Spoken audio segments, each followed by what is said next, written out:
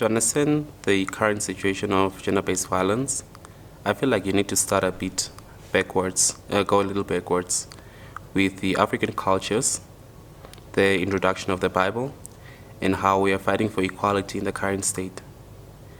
There was these well-defined gender roles in the African culture before Western colonization came.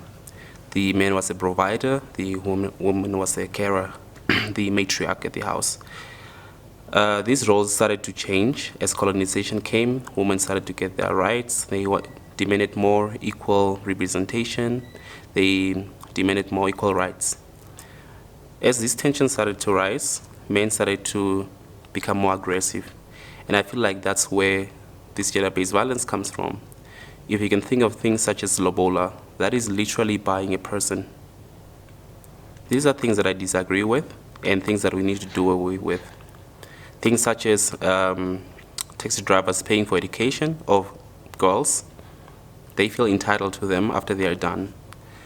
This should also be a bit clear. I know there are also some girls, and not just girls and guys, that abuse these systems because they want an education.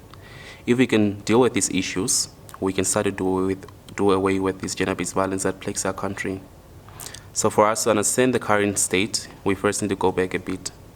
And it's worse now with colonization, not colonization, but globalization, and this interconnected state that we have with the world.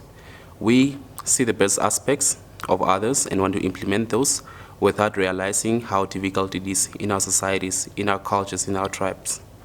So I feel like that's where we need to begin if we want change, if we want to start addressing gender-based violence.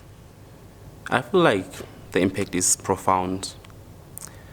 I have so many personal cases that I'm experiencing, not experiencing personally, but that are very close to me, very close to home, that make me think.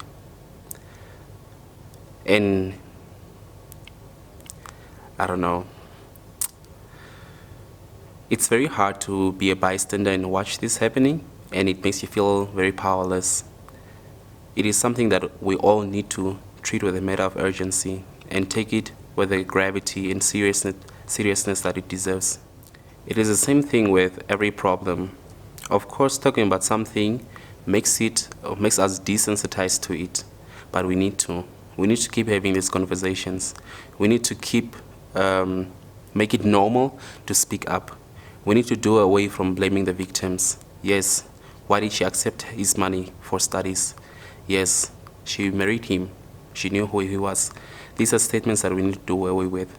But the more conversations we have, the more dialogues we have, the more opportunities we open for victims to speak up, I believe we can decrease the incidence of these gender-based violence cases.